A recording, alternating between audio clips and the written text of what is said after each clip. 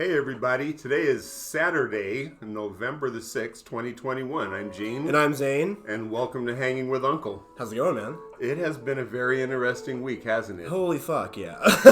Well, I tell you what, we have a lot to talk about, so I'm just going to jump right into it. Yes. We're smoking Bubba Wookiees. What? We might be speaking like Chewbacca at the end of this. And it's clocked in at 22%. Okay. And this one's a hybrid. So another detour from the norm. Yeah, from the normal indica, yeah. But, yes.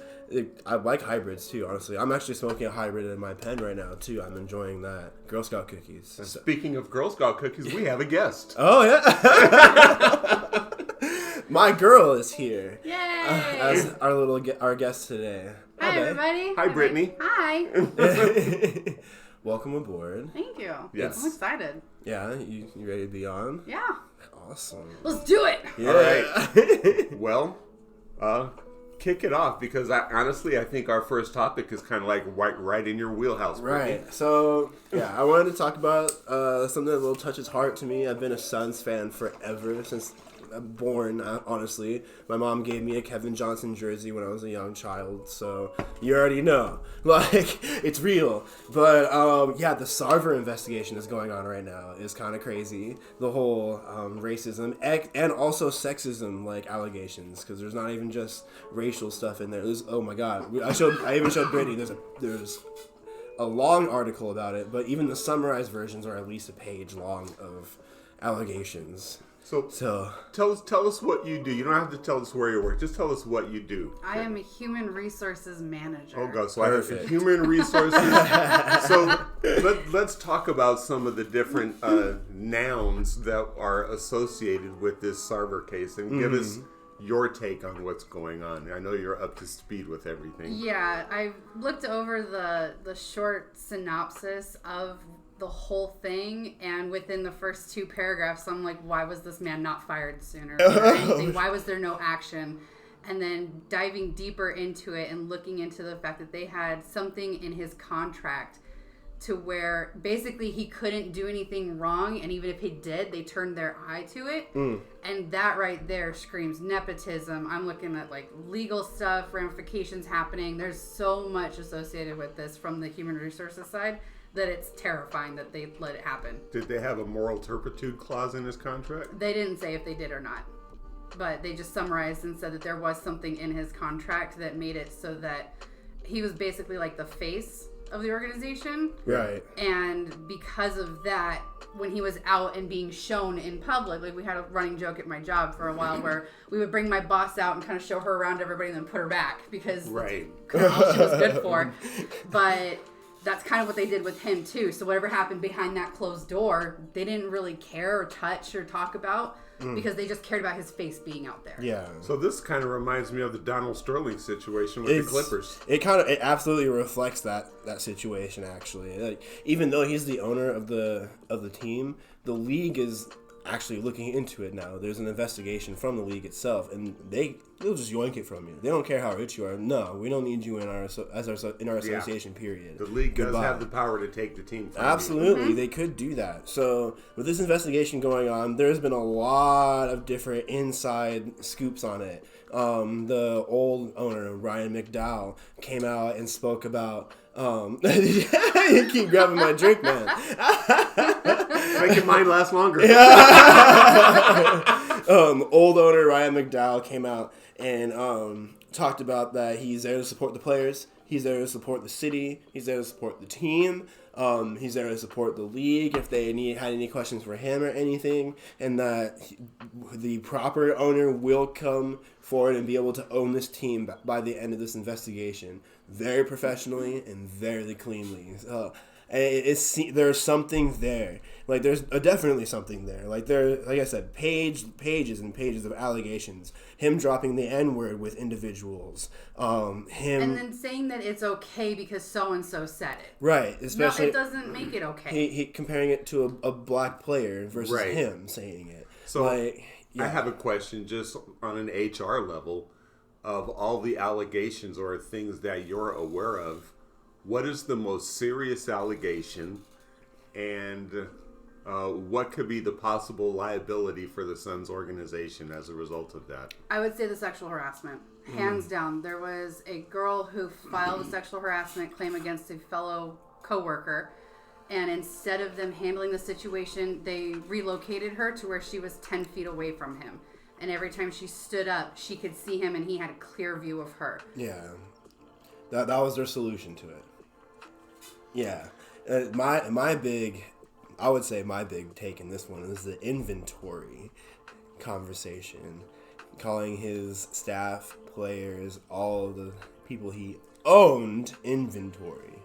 I see emotional distress claims.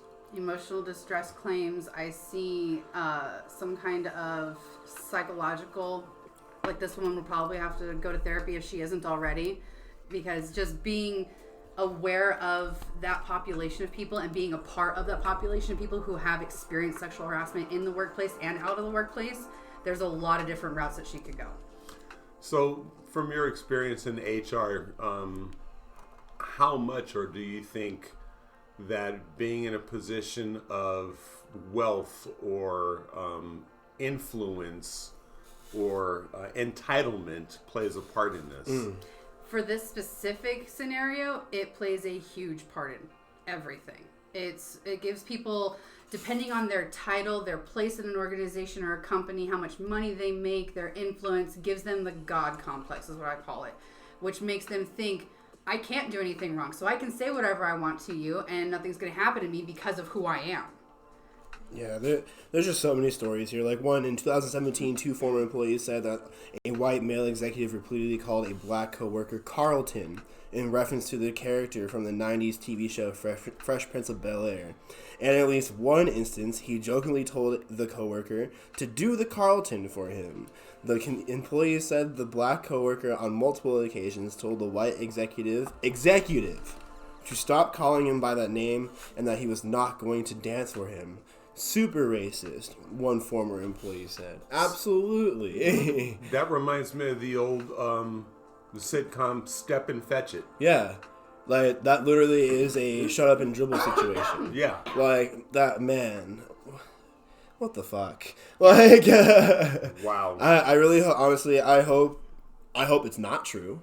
Because there are a lot of big iconic people within the organization right now who are backing Sarver right now. James Jones, Monty Williams, like the players are kind of like, well, we'll see what happens, whichever. Like they're not hopping straight to conclusions. So it seems like, I don't know, are these old? Even though it's old, is it still good? Like what happens after the league looks into this? Well, you know? I think also maybe one reason the league is looking into it, and I'm just totally speculating here, but let's not forget CP3 is the president of the Players You know Union. what? And CP3 was in LA when they rooted out what's his name? So Sterling, yeah.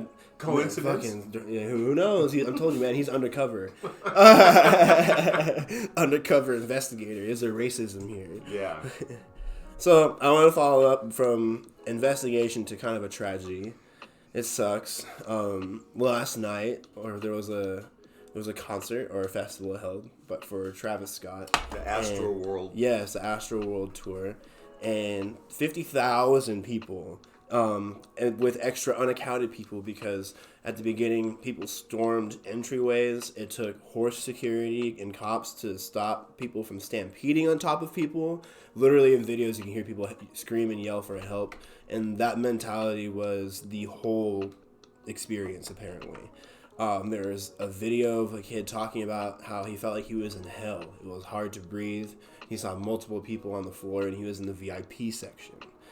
Like, he would see medics go to people, tap on them, see if they were responsive. If they weren't, they would try to resuscitate. If not, move on to the next. He's never seen dead people before. He's never seen death before. Like, people with the age of range from 14 to 27 died. There. I'll never forget the first homicide scene I went to when I was working in law enforcement. Traumatizing, I'm sure. You know, all I can say is normally, just like as a coping mechanism for me, whatever the scene looked like, that tended to be what I wanted to eat, right? Right. So, I don't want to like sidetrack and get off the subject, but no. It was a domestic violence situation. Mm-hmm. And the woman took a shotgun and shot the dude in the head. Oof. And it was like literally his head was cut in half, and the brains and everything were splattered all over the wall, and the wall was Holy white. shit, yeah. So white and red brains dripping down from it. I had lasagna for dinner. Oh, man. Coping mechanism. Yeah, really. Like, you gotta wire your brain for it somehow, some way, I guess, huh?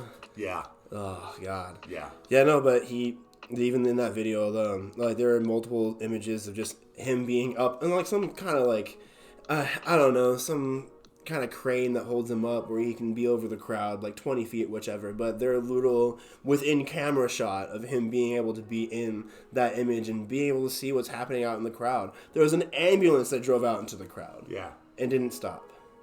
So, a lot of people it felt satanic ritualistic, like he just wanted people to pass out. I don't know, man. I just, That's I'm crazy. sure there'll be an investigation. Absolutely. And we'll get the facts. And the apology was not an apology either. There was no, like, I should have done this or I feel regret towards this anywhere in the apology whatsoever. Like, It felt very much like a PR statement. It was his PR team came through and was like, we're regrettable about what happened to the families and everything. I'll do my best to help with investigation and law enforcement as needed. But not once was there an apology about, I'm sorry I didn't stop the show sooner. Yep. I'm sorry I didn't do this. I'm sorry I didn't do that. It was. Yep. I'm absolutely devastated by what took place last night. My prayers go out to the families and all those impacted by what happened at Astroworld Festival. Houston PD has my total support. They continue to look into the tragic loss of life. I am committed to working together with the Houston community to heal and support the families in need. Thank you to Houston PD, Fire Department, and NRG Park for their immediate response and support. Love you all. Period. Not mention one loss of life. I think there were 8 dead this morning. 8 dead. Yeah, 17 hospitalized. Cardiac arrests galore, apparently. Mm-hmm. Yeah. Well, that's what happens when you're suffocated and you can't breathe. Or isn't like a heat stroke thing too? Like on top of that, yeah. Like there are videos of people being carried out, people being dragged out, pulled over fences. Insane. Right. Yeah. Like it's not like people didn't try to get them to stop either. Some people tried to hop on stage. Some tried to hop up on next to camera crew and try to interrupt it. Incidents like this just bring me to a very dark place. I hate hearing things like this happen to human beings, man. Right. I don't know. It felt like some people could not get out of it. They couldn't get out of the sea of people. No. Like we've talked about it prior, Brittany and I. Like we've been to concerts before. Like there's concerts in smaller venues, yes, like the Marquee over at the Pavilion. Slipknot just had a concert over there, but there's with enough security and everything. Slipknot having that concert over there, somebody set a fire and they ended it. Period.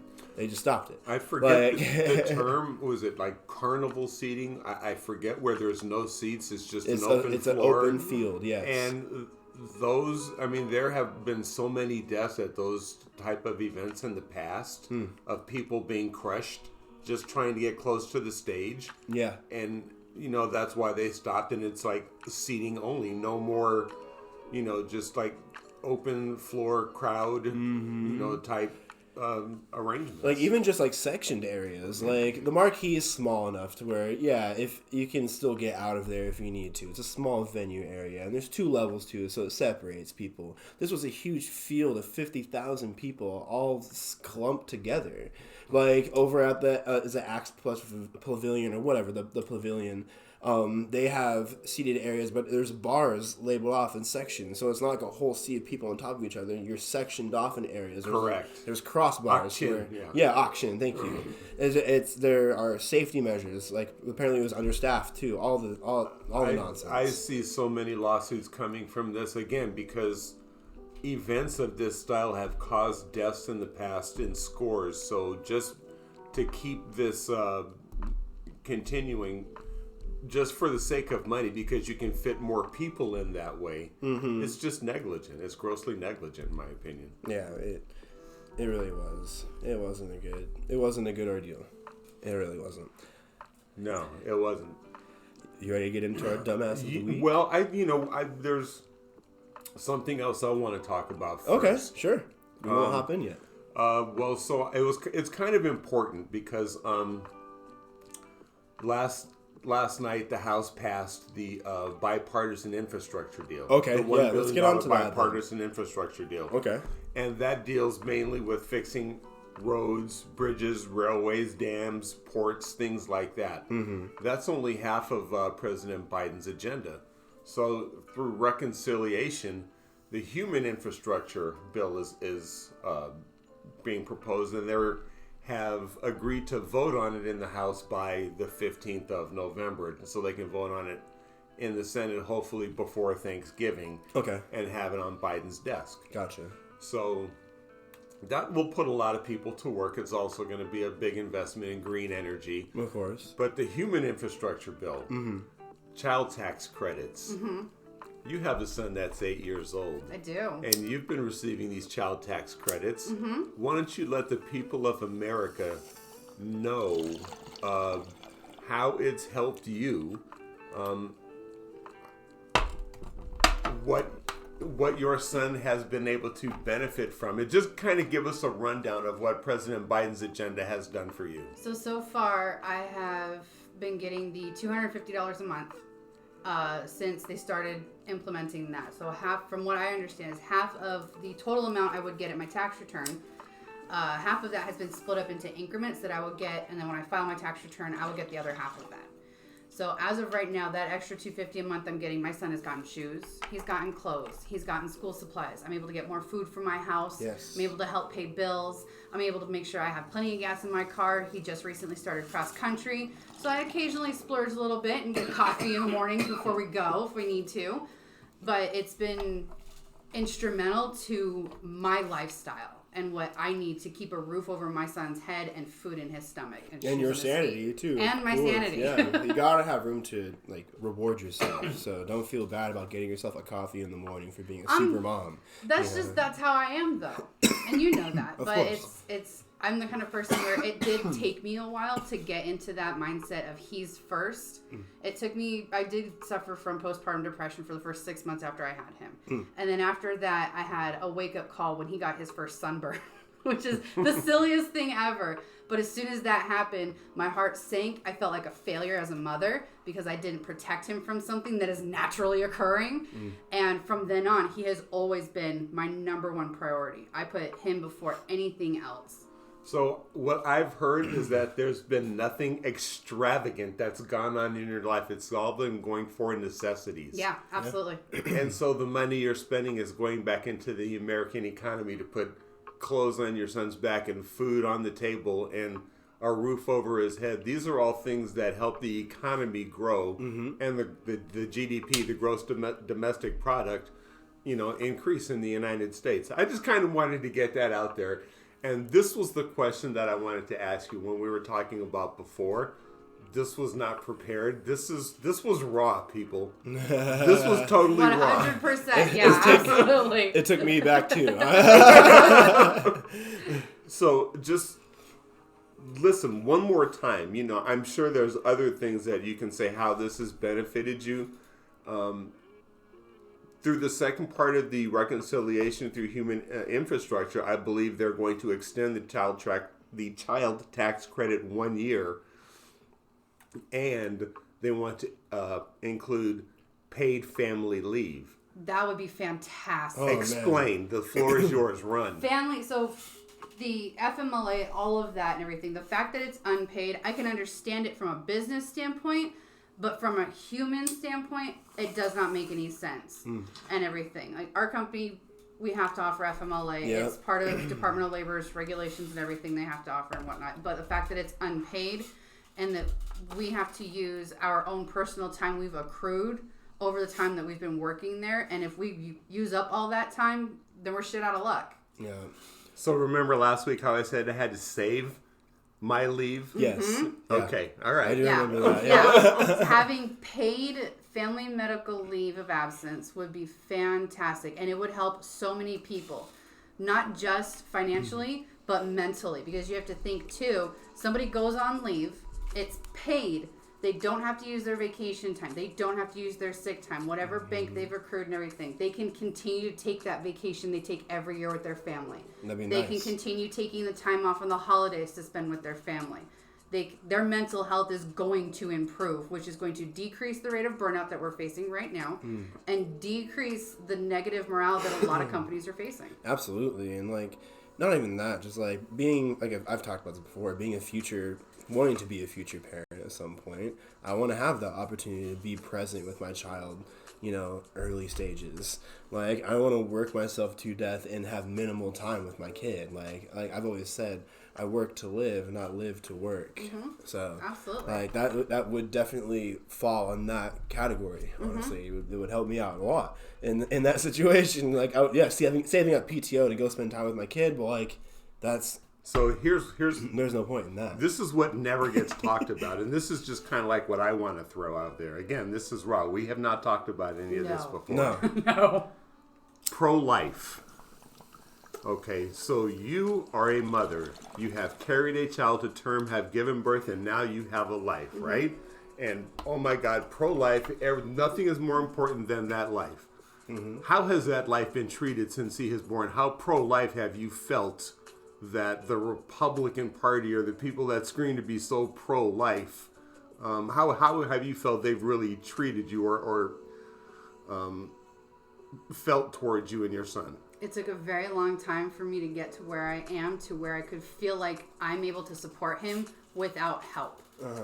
But if I was to remove that help, we would be suffering. He would be suffering. So pro-life, have that baby, and then basically go to hell. You're on your own. We don't care. Yeah. That's not pro-life. That's just pro-pregnancy. So shut up, you hypocrites out there. Yep, exactly. I support paid family leave. Yep, absolutely. I absolutely do too. Yeah, and like the benefits, like you said, that you get just with the small amount of money that you get from the government alone helps you so much. I would love to have an extra $200 in my paycheck. That's it. Like, just $200. And to make it even worse, I'm on state help too. Bam. That should save me plenty, because I'm getting state assistance, and on top of that, I'm getting that extra $250 a month from the government for helping out, and sometimes it's still not enough. Exactly. So Zane, Yes. I know you don't have a child now, but No. Okay, I don't have one biologically. Yes. Right. So say when you do become a father biologically, Yes. and you have to take paternity leave off when your child is born, what would that extra $200 in your account do for you? What would you do with it? Oh, it would definitely go towards like bills alone, but like for say in the future, if this were with Brett and I, like we would be able to at least plan out, okay, with this leave, you're still going to be receiving money. We can plan this money towards things in the future still. Like, I mean, it would help. It really would. Like being able to take time away from work, relax, focus on family, and get a little bit of payment on while you're tending to your home. Perfect. I think that'd be great. Yeah. Like simple as that. I'm ready to get in the dumbass of the week now. Are you? Yes. Can I start? I'm gonna start with mine. Absolutely. My dumbass of the week is definitely Aaron Rodgers. It is an obvious choice, but the reason that pushed me over to picking Aaron Rodgers is him trying to compare himself to Kyrie Irving.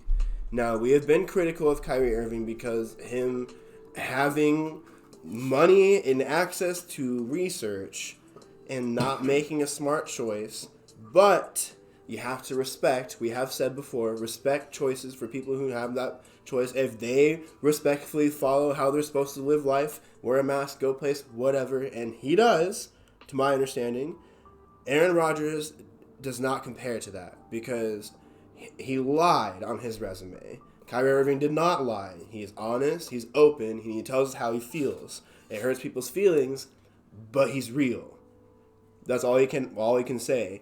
Aaron Rodgers is fake as fuck with him lying about being immunized. He said that he had his immunizations. Like, how vague can you be? That's what he said, but he also said he went and talked to team doctors, all nonsense, or NFL doctors, but NFL doctors all came on record and said, we have not seen Mr. Rodgers at all. So he lied about being vaccinated. He went out and played with players, didn't wear a mask openly, hugged people, everything like that, and contracted COVID-19. So now he's not playing this weekend. And because of the dumbassery that he has gone through, All right, that is mine. All right. Gene. Well, do you want me to go first, or do you want to close it out, Brittany? You can go first. Okay. My dumbass of the week are all the QAnon people that showed up at Dealey Plaza last week, expecting JFK Jr. to show up. Oh, God. And reveal that he's going to be Trump's running mate in 2024. Oh, no way. Of course he didn't show up, right? There were a couple of hundred people out there, holding up signs, Trump Kennedy. Oh, no my way. I swear, these people are stupid, man. I swear, no. He died in a plane crash in Cape Cod. They pulled his body out of the water. My He's God. buried He's at dead. Arlington Cemetery with his mother and father. He's dead.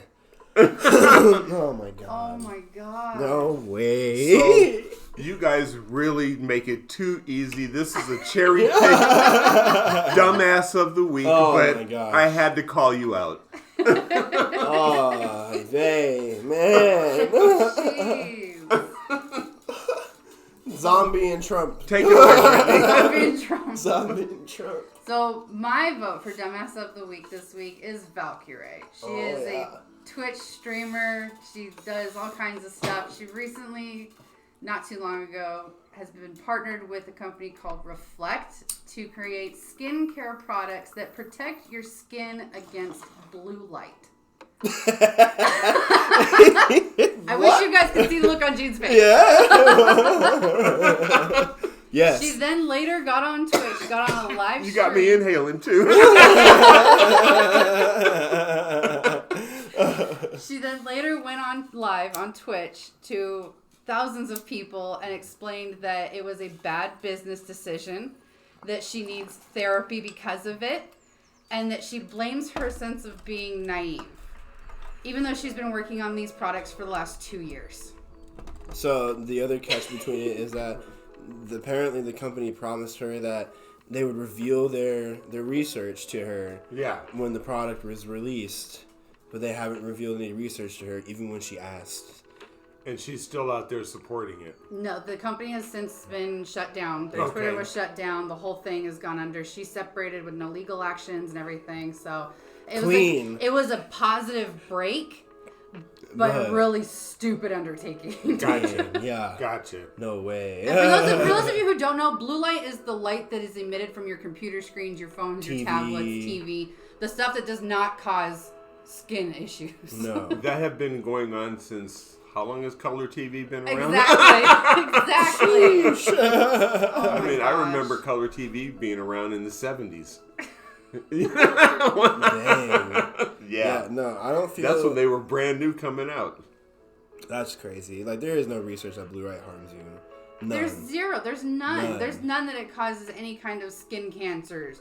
There's nothing that even says it shows like freckles or anything like that, wrinkles, none of it. None, yeah. Those it's are probably sunlight. the same people that were at Dealey Plaza Probably. Oh, Lord. I believe it. Well, we have a couple of minutes left, and I know there was an OSHA that you wanted to talk about. Update. So with COVID-19 going on, OSHA released their latest emergency temporary standard that was published to the Federal Register yesterday. Basically stating that private employers who have 100 or more employees need to create a vaccine policy mandate that gives people the option to either become vaccinated or agree to weekly testing. Okay. And I'm 100% for it. Why not? Right now, I'm looking at about 40 to 50% of my entire workforce that is not vaccinated. For whatever reasons. Whatever their reasons are, that's fine. If you're going to continue to think that way, then you're also continuing to let me shove a Q-tip up your nose. Yep, follow regulations. Yep. So, the whole myth about if you don't get vaccinated, you're out of a job is bogus? For the most part, there are companies that can be more stringent with the policy that they write. Especially in right to work states. But your company is following the OSHA guidelines that President Biden has set up. as of right now, we're not sure. So because this policy just came out yesterday, I have not had a chance to get with my team yet to discuss how we're going to do this, what we're going to offer and everything. If a private employer decides, because this is, a lot of private employers went ahead and did stuff like this before this mandate came out. Mm-hmm. And they elected to offer reasonable accommodations, which is great for them if that's what they can support and everything. There are also companies that said, get vaccinated or you have no job. So, and they're kind of, it depends on what your company decides is going to be best overall. So, okay, my question was, though, the policy where you work sounds to me like it is exactly the same policy that President Biden laid out, which is the OSHA's plan. Yes, as of right now it is. But other companies have been stricter, like Fox News requires not only you be vaccinated, but if you don't want to be vaccinated, you have to be tested daily. Yeah. Daily. That's a bit excessive. But I understand that's it. Fox News. That's true. That's very true. That's very true. It would definitely help with catching anybody who has COVID, even those that are, especially those that are asymptomatic. Right. It would help catch those people quicker because the asymptomatic people are the ones that do not know that they are sick and then will show up and do the whole, oh yeah, no, I was in an office with somebody for like 5 minutes. It's fine. With no masks on, no social distancing, no sanitizing, no cleaning, no nothing. Yeah, no and the next thing you know, you have 40 people out of work because they all got COVID. No way. You know, I remember, we're getting ready to go a little bit over time, but I mean, ever since I was in elementary school back in the 1960s, we were taught to prevent hepatitis, you wash your hands. So, I mean, how are we still teaching grown men and women that they have to wash their hands? Against my right to wash my hands, Gene. If I don't want to, I'm not going to. No way. Yeah, that's ridiculous. Wow. Like, vaccination's been a regular thing. I mean, it's been regulated through schools for years. Mm-hmm. I've had my shots because I've gotten my shot at school before. I'm pretty sure a flu shot at school a few times. Like, I just, it is what it is. I mean, you get your I've gotten vaccinated my whole life in one shape or another. I mean, I just hope people just stay by the regulations. Like, if you don't want to, sure, by all means, I support that. Just make sure you keep everybody else safe. Yeah. Yeah. Like, keep getting tested at least. Help keep it not happening. Because at least if you catch it early, like through regular testing, you can get the monoclonal treatments, so you don't wind up on a ventilator, and then in the morgue or something. Or that serious, at least, yeah. It won't kill you. You can still catch it and still die from it if you try again. So, if your company is mandating that you get a vaccine or you be fired, that is not President Biden's plan. Right. No, it's the state, it's the city, it's the company. Yeah, it's local government. The only difference is that OSHA has a preempt. Which basically means OSHA, whatever they send out, goes over local government. Okay. Yeah, it is what it is. Yeah. That's the supremacy clause of the Constitution. I know. Yeah. So whatever OSHA sends out, that's the bare minimum that you have to follow. Right. So. All right, well, I guess with that, we've kind of run out of time here. Thanks for being on today, Thank you for being on the show, Brittany. I hope you'll come back. Absolutely. Let me know when. All right, well, I'm Gene. And I'm Zane. And thank you for hanging with Uncle. Follow us on Twitter, Facebook, Spotify, YouTube, LinkedIn. You can also check out our website at www.hangingwithuncle.com and find out what you can do to help legalize marijuana. Hell yeah. Yay! See you next week.